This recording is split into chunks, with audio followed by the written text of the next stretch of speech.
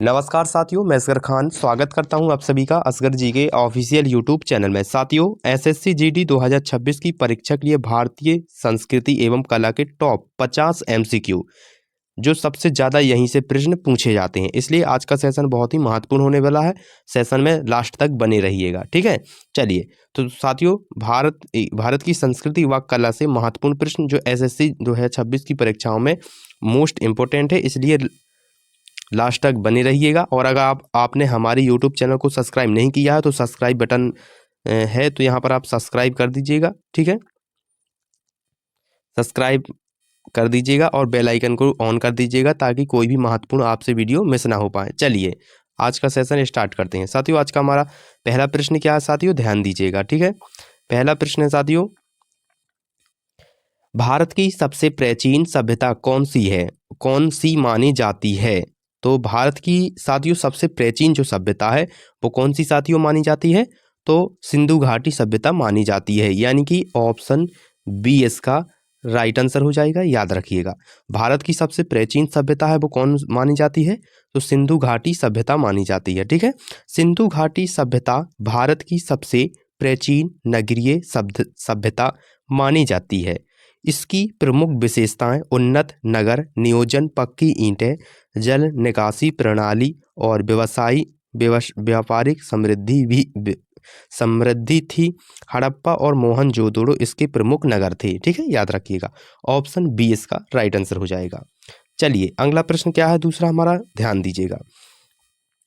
नाट्य शास्त्र के रचयिता कौन थे निम्नलिखित में से। साथियों, आज की वीडियो मोस्ट इंपोर्टेंट होने वाली है, इसलिए वीडियो को लाइक कर दीजिएगा, चैनल को सब्सक्राइब कर दें और अपने दोस्तों के साथ वीडियो को शेयर कर दीजिएगा। और महत्वपूर्ण बात साथियों, आप इस वीडियो को लास्ट तक जरूर देखिएगा। आज की वीडियो बहुत ही मोस्ट इंपोर्टेंट है एसएससी जीडी 2026 की परीक्षा के लिए, ठीक है। याद रखिएगा, नाट्य शास्त्र के रचयिता कौन थे निम्नलिखित में से। तो साथियों, नाट्य शास्त्र के रचयिता भारत मुनि थे। कौन थे, भारत मुनि थे, यानी कि ऑप्शन बी इसका राइट आंसर हो जाएगा। याद रखिएगा, हाँ, तो नाट्य शास्त्र के रचयिता कौन थे, तो भारत मुनि थे, ऑप्शन बी इसका राइट आंसर हो जाएगा। साथियों, भारत मुनि द्वारा रचयिता नाट्य शास्त्र भारतीय नेतृत्व नाटक और अभिनय का प्राचीनतम ग्रंथ है। इसमें रस, भाव, मुद्रा और मंच व्यवस्था का विस्तृत वर्णन मिलता है, ठीक है। याद रखिएगा, ऑप्शन बी इसका राइट आंसर हो जाएगा। चलिए, अगला प्रश्न क्या हमारा,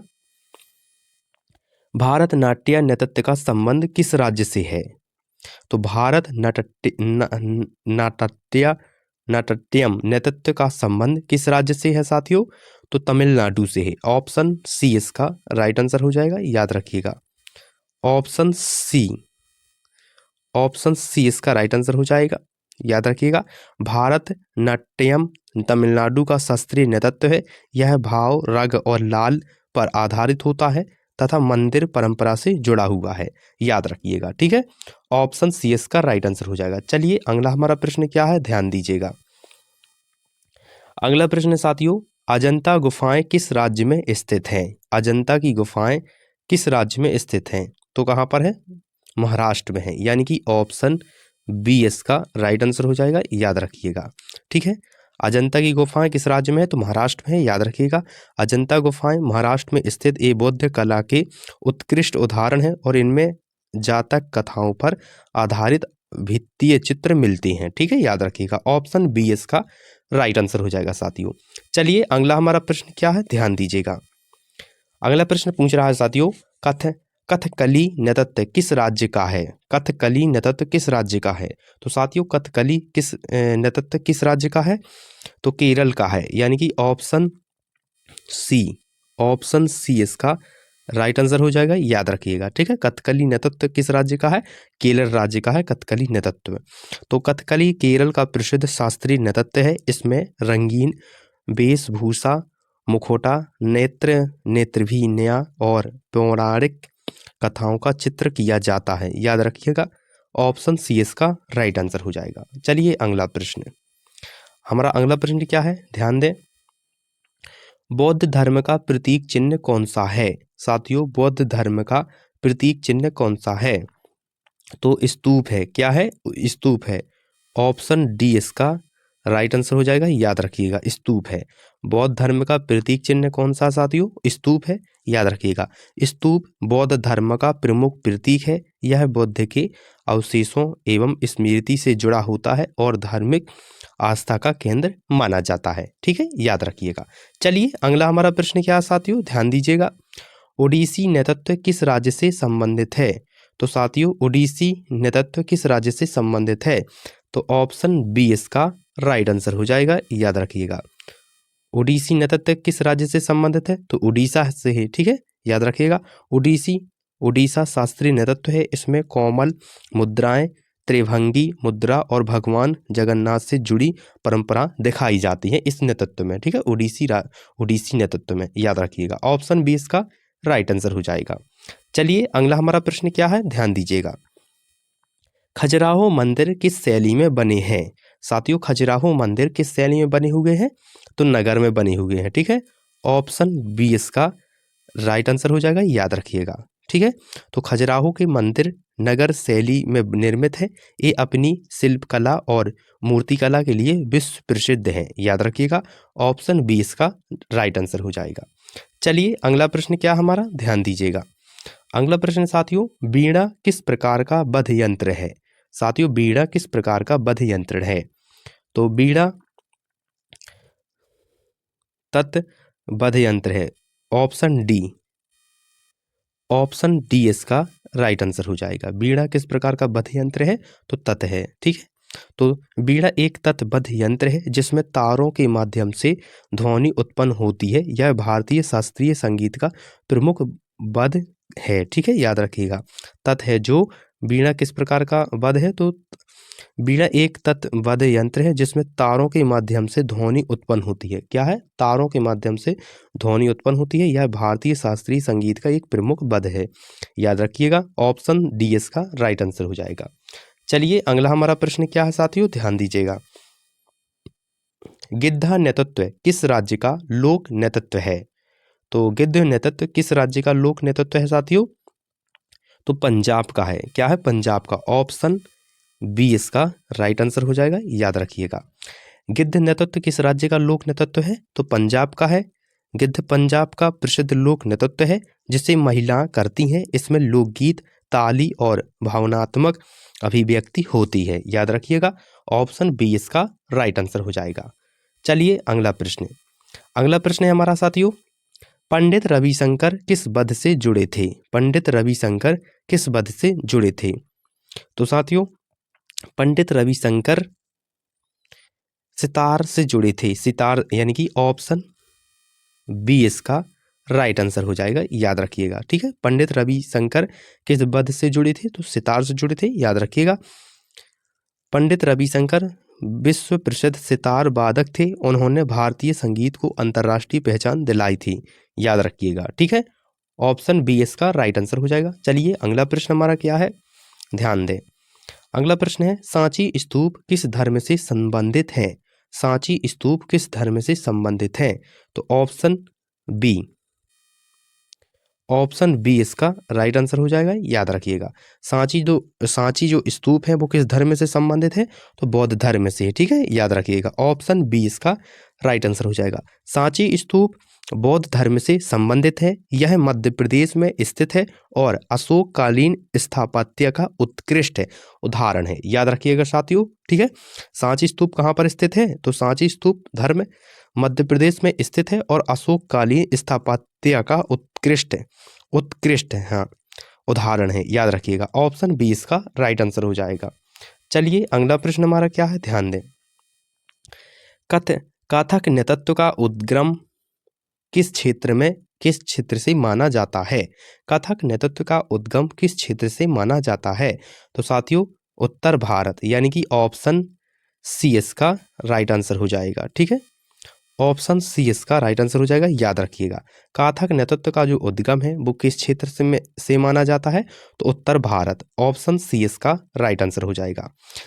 कथक नृत्य उत्तर भारत की विकसित हुआ है। यह कथक वाचक पर आधारित है और मुगल काल में इसे दरबारी संरक्षण मिला है, याद रखिएगा। ऑप्शन सी इसका राइट आंसर हो जाएगा। चलिए अगला प्रश्न हमारा क्या है, साथियों सेशन अच्छा लगे तो वीडियो को लाइक कर दीजिएगा, चैनल को सब्सक्राइब कर दीजिएगा, ठीक है। और डेली वीडियो देखने के लिए नोटिफिकेशन ऑन कर दीजिएगा ताकि कोई भी महत्वपूर्ण वीडियो आपसे मिस ना हो पाए। आज का मोस्ट इंपोर्टेंट प्रश्न है 50 टॉप एमसीक्यू में करवाने जा रहा हूं, जो आपकी एसएससी जीडी परीक्षा के लिए भली भांति बहुत ही मोस्ट इंपोर्टेंट है। याद रखिएगा, ध्यान से पढ़िएगा, लास्ट तक जरूर आज बने रहिएगा। टॉप 50 एमसीक्यू प्रश्न है, ठीक है। तो भील जनजाति मुख्यतः किस राज्य में पाई जाती है? साथियों, भील जो जनजाति है मुख्यतः किस राज्य में पाई जाती है? तो राजस्थान में, यानी कि ऑप्शन राजस्थान में, यानी कि ऑप्शन बी इसका राइट आंसर हो जाएगा, ठीक है। तो भील जनजाति राजस्थान, मध्य प्रदेश और गुजरात में पाई जाती है। यह भारत की प्रमुख जनजाति में से एक है, ठीक है, याद रखिएगा। चलिए अगला प्रश्न हमारा क्या है, ध्यान दीजिएगा। मंदिर स्थापत्य की द्रविड़ शैली किस क्षेत्र में विकसित हुई? तो मंदिर स्थापत्य की द्रविड़ शैली किस क्षेत्र में विकसित हुई? तो साथियों दक्षिण भारत में, यानी कि ऑप्शन बी इसका राइट आंसर हो जाएगा, ठीक है। मंदिर तो द्रविड़ शैली का विकास दक्षिण भारत में हुआ। इसमें ऊंचे गोपुरम और पिरामिड आकार के शिकार प्रमुख हैं। तो मंदिर स्थापत्य की द्रविड़ शैली किस क्षेत्र में विकसित हुई? तो दक्षिण भारत में, ऑप्शन बी इसका राइट आंसर हो जाएगा, ठीक है, याद रखिएगा। चलिए अगला प्रश्न क्या हमारा, ध्यान दें। अगला प्रश्न साथियों, बिहू किस राज्य का प्रमुख लोक नृत्य है? साथियों बिहू राज्य का प्रमुख लोक नृत्य है। तो ऑप्शन सी असम का, ऑप्शन सी इसका राइट आंसर हो जाएगा, याद रखिएगा, ठीक है। तो असम का है, ठीक है। बिहू असम का प्रमुख लोक नृत्य है जो फसल कटाई के समय मनाया जाता है और आनंद व उत्साह का प्रतीक है। आनंद व उत्साह का प्रतीक है, याद रखिएगा। बिहू किस राज्य का प्रमुख लोक नृत्य है? तो असम का है, याद रखिएगा। और कब मनाया जाता है? जब फसल की कटाई होती है, ठीक है, याद रखिएगा। आनंदपूर्वक उत्साह मनाया जाता है, उसका प्रतीक है, याद रखिएगा। ऑप्शन सी इसका राइट आंसर हो जाएगा। चलिए अगला हमारा प्रश्न क्या है, लघु चित्रकला का प्रमुख केंद्र कौन सा रहा? लघु चित्रकला का प्रमुख केंद्र कौन सा रहा? तो साथियों ऑप्शन सी राजस्थान, यानी कि ऑप्शन सी राजस्थान। लघु चित्रकला का प्रमुख केंद्र कौन रहा है साथियों? राजस्थान रहा है। राजस्थान लघु चित्रकला का प्रमुख केंद्र रहा है। राजस्थानी, मुगल, पहाड़ी शैली इसके प्रमुख उदाहरण माने जाते हैं, याद रखिएगा, ठीक है। चलिए अगला प्रश्न हमारा है, ध्यान दीजिएगा। कथकली में किस प्रकार का मेकअप होता है? कथकली में किस प्रकार का मेकअप होता है? तो रंगीन एवं भारी, ऑप्शन सी रंगीन एवं भारी। रंगीन एवं भारी, याद रखिएगा, ऑप्शन सी इसका राइट आंसर हो जाएगा, ठीक है, रंगीन एवं भारी। तो कथकली में किस प्रकार का मेकअप होता है साथियों? रंगीन एवं भारी, यानी कि ऑप्शन सी इसका राइट आंसर हो जाएगा, याद रखिएगा, ठीक है। ऑप्शन सी इसका राइट आंसर हो जाएगा, ठीक है, रंगीन एवं भारी। चलिए अगला प्रश्न हमारा क्या है, ध्यान दीजिएगा साथियों। त्रिरत्न किस धर्म से संबंधित है? साथियों त्रिरत्न किस धर्म से संबंधित है? तो त्रिरत्न साथियों बौद्ध धर्म से संबंधित है, यानी कि ऑप्शन बी इसका राइट आंसर हो जाएगा, ठीक है। किससे संबंधित है? बौद्ध धर्म से, ठीक है, ऑप्शन बी इसका राइट आंसर हो जाएगा। त्रिरत्न किस धर्म से संबंधित है? तो बौद्ध धर्म से संबंधित है, याद रखिएगा, ठीक है। चलिए अगला प्रश्न, थोड़ा सा समझ लीजिएगा। तो बौद्ध धर्म के त्रिरत्न है, बुद्ध, धम्म और संघ है। ये बौद्ध धर्म आस्था की मूल स्तंभ हैं, याद रखिएगा, ठीक है। चलिए अगला प्रश्न है साथियों, मृदंगम किस नृत्य से जुड़ा है? मृदंगम किस नृत्य से जुड़ा है? तो भारतनाट्यम से, ठीक है, यानी कि ऑप्शन बी इसका राइट आंसर हो जाएगा, याद रखिएगा, ठीक है। ऑप्शन बी इसका राइट आंसर हो जाएगा, ठीक है। तो मृदंगम भारतनाट्यम नृत्य का प्रमुख ताल बद्ध है जो दक्षिण भारत संगीत में प्रयोग होता है, याद रखिएगा, ठीक है। मृदंग किस नेतृत्व से जुड़ा हुआ है? तो भारतनाट्यम से। ठीक है, मृदंगम भारतनाट्यम नेतृत्व का एक प्रमुख बद्ध है, तालबद्ध है, जो दक्षिण भारतीय संगीत में प्रयोग होता है। याद रखिएगा साथियों, मोस्ट इंपोर्टेंट प्रश्न है। ठीक है, ऑप्शन बी इसका राइट आंसर हो जाएगा। चलिए अगला प्रश्न क्या हमारा, ध्यान दीजिएगा। अगला प्रश्न है साथियों, ध्यान दें। अगला प्रश्न है, लोक कला मधुबनी किस राज्य की है? लोक कला मधुबनी किस राज्य की है? तो साथियों बिहार की है, यानी कि ऑप्शन ए इसका राइट आंसर हो जाएगा। याद रखिएगा, ठीक है, ऑप्शन ए इसका राइट आंसर हो जाएगा। तो मधुबनी चित्रकला बिहार की प्रसिद्ध लोक कला है। इसमें प्राकृतिक रंगों और धार्मिक विषयों का प्रयोग होता है। याद रखिएगा साथियों, जो लोक कला मधुबनी है किस राज्य की है? तो बिहार की है। ठीक है, मधुबनी चित्रकला बिहार की प्रसिद्ध लोक कला है। इसमें प्राकृतिक रंगों और धार्मिक विषयों का प्रयोग होता है। याद रखिएगा, ऑप्शन ए इसका राइट आंसर हो जाएगा। चलिए अगला प्रश्न। अगला प्रश्न क्या है साथियों हमारा, ध्यान दीजिएगा। अगला प्रश्न साथियों, कुचिपुड़ी नृत्य किस राज्य का है? कुचिपुड़ी नृत्य किस राज्य का है? तो ऑप्शन बी, यानी कि ऑप्शन बी इसका राइट आंसर हो जाएगा। याद रखिएगा साथियों, ऑप्शन बी इसका राइट आंसर हो जाएगा, आंध्र प्रदेश। ठीक है, कुचिपुड़ी नृत्य है जो किस राज्य का है? तो आंध्र प्रदेश का। ऑप्शन बी इसका राइट आंसर हो जाएगा।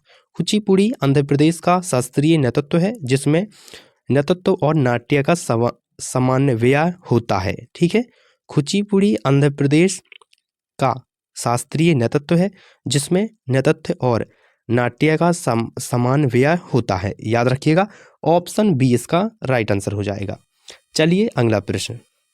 अगला प्रश्न हमारा क्या है, ध्यान दे साथियों, मोस्ट इंपोर्टेंट प्रश्न है। ठीक है, बेसर शैली का विकास किन दो शैलियों के मिश्रण से हुआ? बेसर शैली का विकास किन दो शैलियों के मिश्रण से हुआ?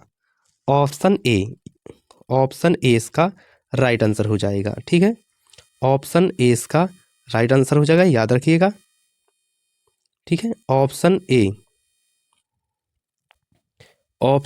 इसका राइट आंसर हो जाएगा। याद रखिएगा, ठीक है। तो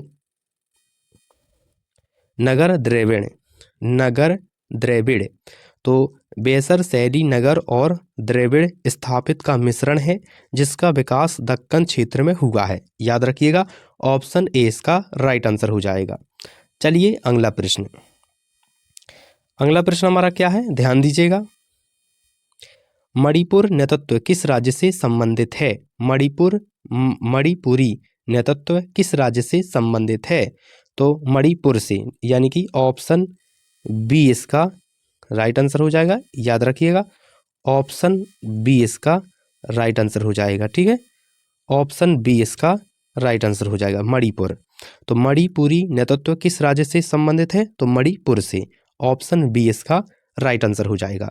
साथियों, मणिपुरी नृत्य मणिपुर राज्य का एक शास्त्रीय नृत्य है, जो वैष्णव परंपराओं से जुड़ा हुआ है। याद रखिएगा, ठीक है।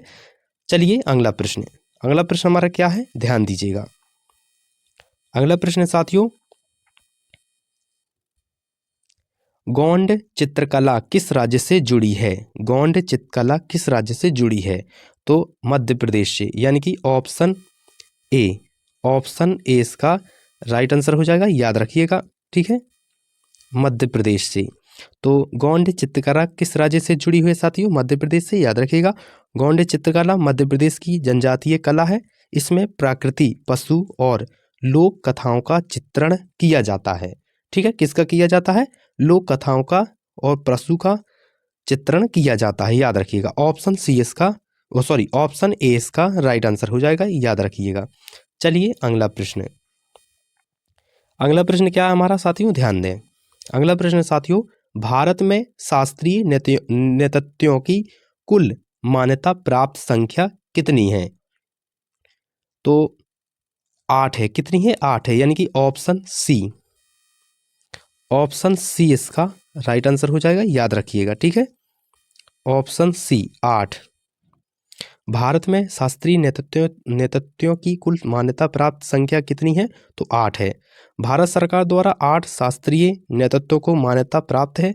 भारतनाट्य, कथकली, कुचिपुड़ी, उड़ीसा, मणिपुरी, मोहिनी अट्टम और शास्त्रीय। साथियों, यह एसएससी जीडी में अन्य परीक्षाओं में यह प्रश्न बार बार पूछा भी जा चुका है, इसलिए याद रखिएगा। जो भारत में शास्त्रीय नेतृत्वों की कुल मान्यता है प्राप्त संख्या वो कितनी है? 8 है। याद रखिएगा, ऑप्शन सी इसका राइट आंसर हो जाएगा। चलिए अगला प्रश्न। अगला प्रश्न हमारा क्या है? ध्यान दीजिएगा। शास्त्रीय नेतृत्व का संबंध किस राज्य से है? शास्त्रीय नेतृत्व का संबंध किस राज्य से है? तो ऑप्शन बी इसका राइट आंसर हो जाएगा। याद रखिएगा, ठीक है, असम से है। शास्त्रीय नेतृत्व का संबंध किस राज्य से है साथियों? तो असम से है। याद रखिएगा, शास्त्रीय नेतृत्व असम का शास्त्रीय नेतृत्व है, जिसकी शुरुआत संत शंकर देव ने बेसड़वा भक्ति परंपरा के प्रचार हेतु की थी। याद रखिएगा, ऑप्शन बी इसका राइट आंसर हो जाएगा। चलिए अगला प्रश्न हमारा क्या है?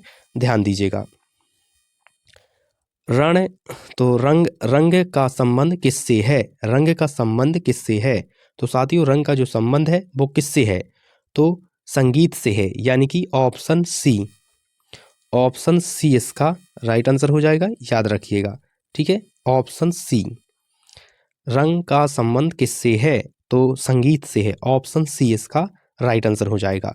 रंग भारतीय शास्त्रीय संगीत की आत्मा है। यह निश्चित स्वरों के समूह से बना होता है और भावों की अभिव्यक्ति करता है।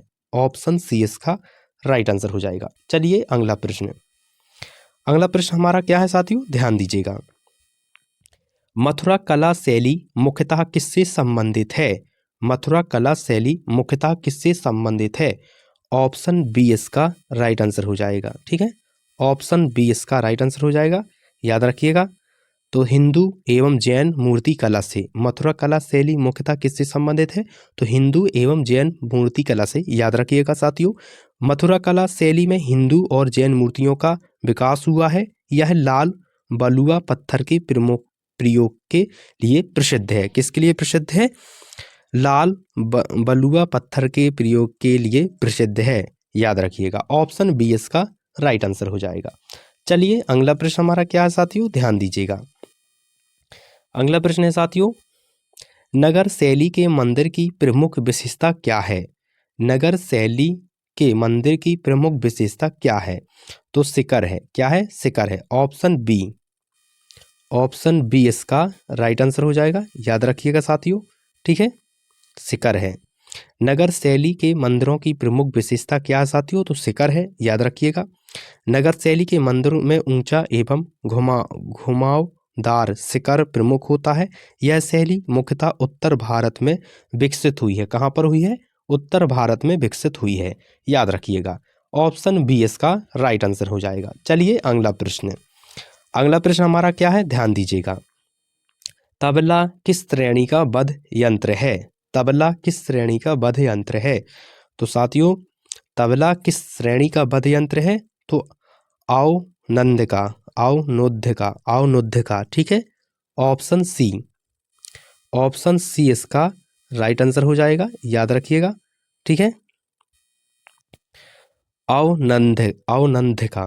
तबला किस श्रेणी का वाद्य यंत्र है? तो अवनोद्य का। ऑप्शन सी इसका राइट आंसर हो जाएगा।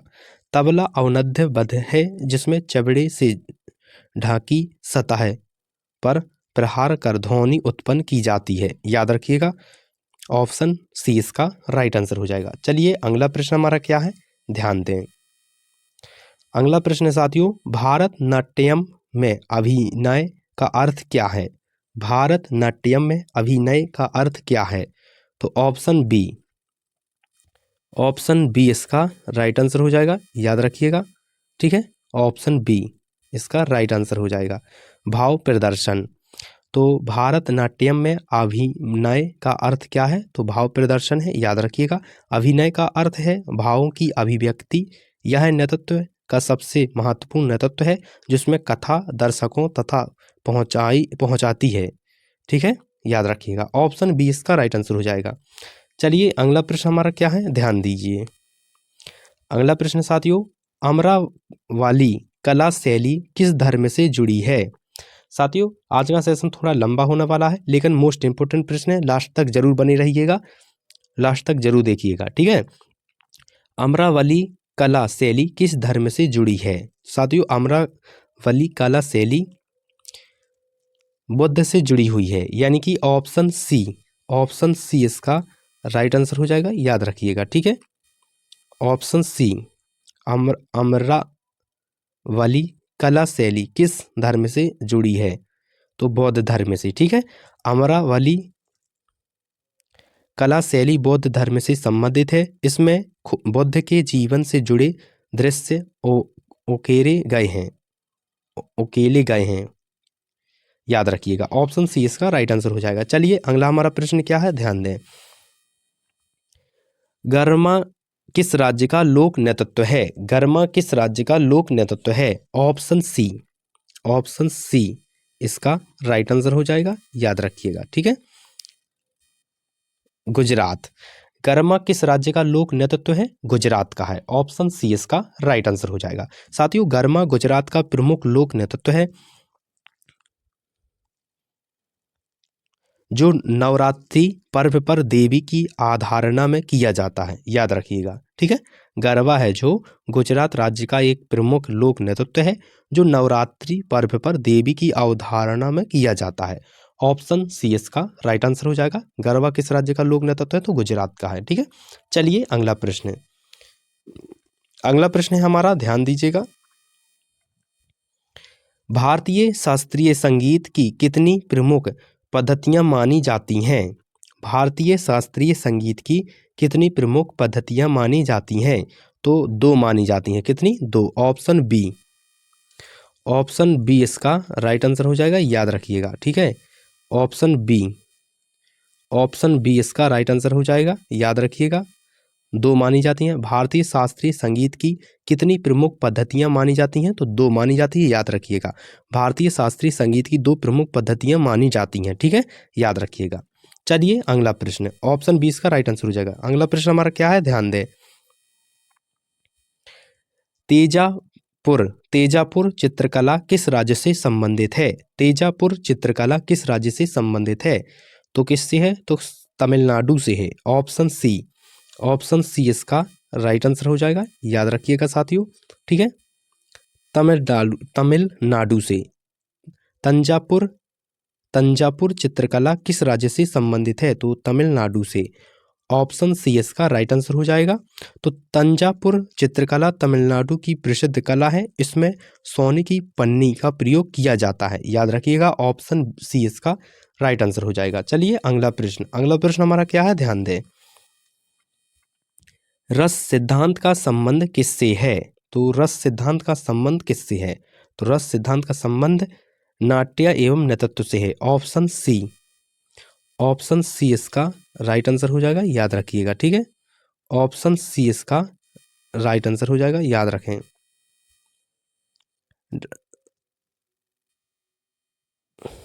ऑप्शन सी इसका राइट आंसर हो जाएगा, याद रखिएगा, ठीक है।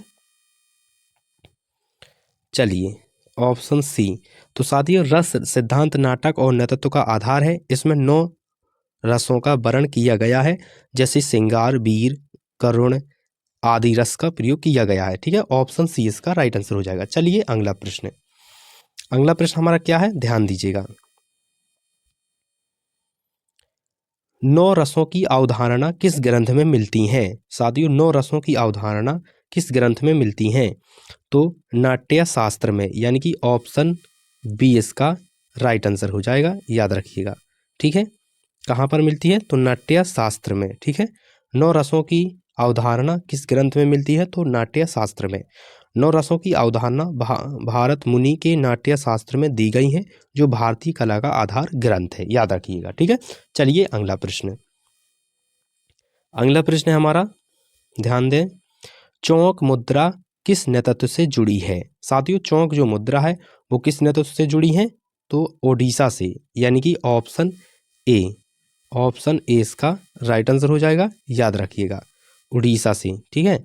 चौक मुद्रा किस नेतृत्व से जुड़ी है? उड़ीसा से जुड़ी है। चौक मुद्रा उड़ीसा नेतृत्व की विशेष पहचान है, जिसमें शरीर चौकोर आकार में संतुलित रहता है। याद रखिएगा, ऑप्शन ए इसका राइट आंसर हो जाएगा। चलिए अगला प्रश्न हमारा क्या है, ध्यान दें। अगला प्रश्न साथियों, कालबोलिया नेतृत्व किस राज्य से संबंधित है? कालबोलिया नेतृत्व किस राज्य से संबंधित है? साथियों अगर आपने एक बार इस वीडियो को पूरा देख लिया ना, तो समझो आपको नेतृत्व से संबंधित पूरा आपको बन जाएगा, संस्कृति से संबंधित एक भी प्रश्न नहीं छूटेगा, ठीक है। इसलिए वीडियो को लास्ट तक जरूर देखिएगा। कालबोलिया नेतृत्व किस राज्य से संबंधित है? तो राजस्थान से है। ऑप्शन बी, ऑप्शन बी इसका राइट आंसर हो जाएगा, याद रखिएगा, ठीक है। ऑप्शन बी इसका राइट आंसर हो जाएगा। कालबोलिया नेतृत्व किस राज्य से संबंधित है? तो राजस्थान से ही, याद रखिएगा। कालबोलिया राजस्थान का एक प्रसिद्ध लोक नृत्य है, जिसे सांपों की चाल से प्रेरित माना जाता है, ठीक है, याद रखिएगा। ऑप्शन बी इसका राइट आंसर हो जाएगा। चलिए अगला प्रश्न क्या हमारा, ध्यान दें। अगला प्रश्न साथियों, गंगाधर कला शैली पर किसका प्रभाव था? गंगाधर कला शैली पर किसका प्रभाव था? तो ग्रीक का था।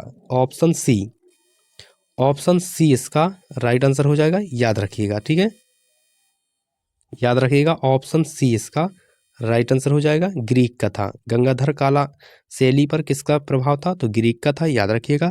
गंगाधर कला शैली पर ग्रीक प्रभाव था। इसमें बुद्ध की मूर्तियों को मानव रूप में दिखाया गया था। ऑप्शन सी इसका राइट आंसर हो जाएगा। चलिए अगला प्रश्न हमारा क्या है, ध्यान दें। अगला प्रश्न साथियों, मंजीरा किस प्रकार का बध है? साथियों मंजीरा है जो किस प्रकार का बध है? तो घान का है। ऑप्शन सी, ऑप्शन सी इसका राइट आंसर हो जाएगा, याद रखिएगा, ठीक है। ऑप्शन सी इसका राइट आंसर हो जाएगा। मंजीरा किस प्रकार का बध है? तो घान का है। मंजीरा घान बध यंत्र है, जिसमें धातु के दो टुकड़े को आपस में टकराकर ध्वनि उत्पन्न की जाती है। ऑप्शन सी इसका राइट आंसर हो जाएगा। अगला हमारा प्रश्न क्या है, ध्यान दें। अगला प्रश्न है साथियों, लवेड़ी नेतृत्व किस राज्य का है? लवेड़ी नेतृत्व किस राज्य का है? तो साथियों लवेड़ी नेतृत्व किस राज्य का है?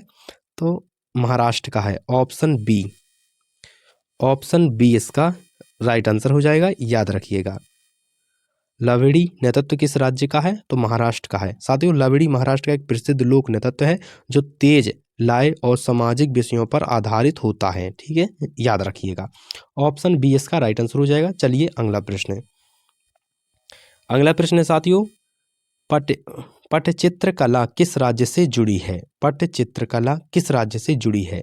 तो पटचित्र कला उड़ीसा से जुड़ी है, यानी कि ऑप्शन बी, ऑप्शन बी इसका राइट आंसर हो जाएगा, याद रखिएगा, ठीक है, उड़ीसा से जुड़ी है। पटचित्र कला किस राज्य से जुड़ी है साथियों? तो उड़ीसा से जुड़ी है, याद रखिएगा।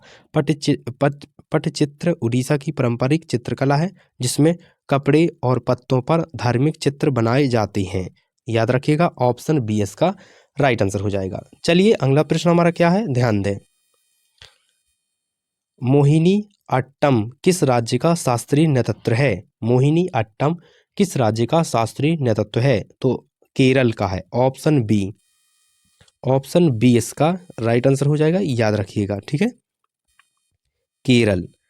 मोहिनी अट्टम किस राज्य का शास्त्रीय नृत्य है? तो केरल का है। ऑप्शन बी इसका राइट आंसर हो जाएगा। मोहिनी अट्टम केरल का शास्त्रीय नृत्य है, जिसमें कोमल गति और स्त्री सौंदर्य का प्रदर्शन होता है। ऑप्शन बी इसका राइट आंसर हो जाएगा। चलिए अगला हमारा प्रश्न क्या है, ध्यान दें। अगला प्रश्न साथियों, औनध्य वध का उदाहरण कौन सा है? औनध्य वध का उदाहरण कौन सा है? तो औनध्य वध का उदाहरण तबला है, यानी कि ऑप्शन सी, ऑप्शन सी इसका राइट आंसर हो जाएगा, याद रखिएगा, ठीक है, ऑप्शन सी इसका राइट आंसर हो जाएगा, याद रखिएगा, ठीक है।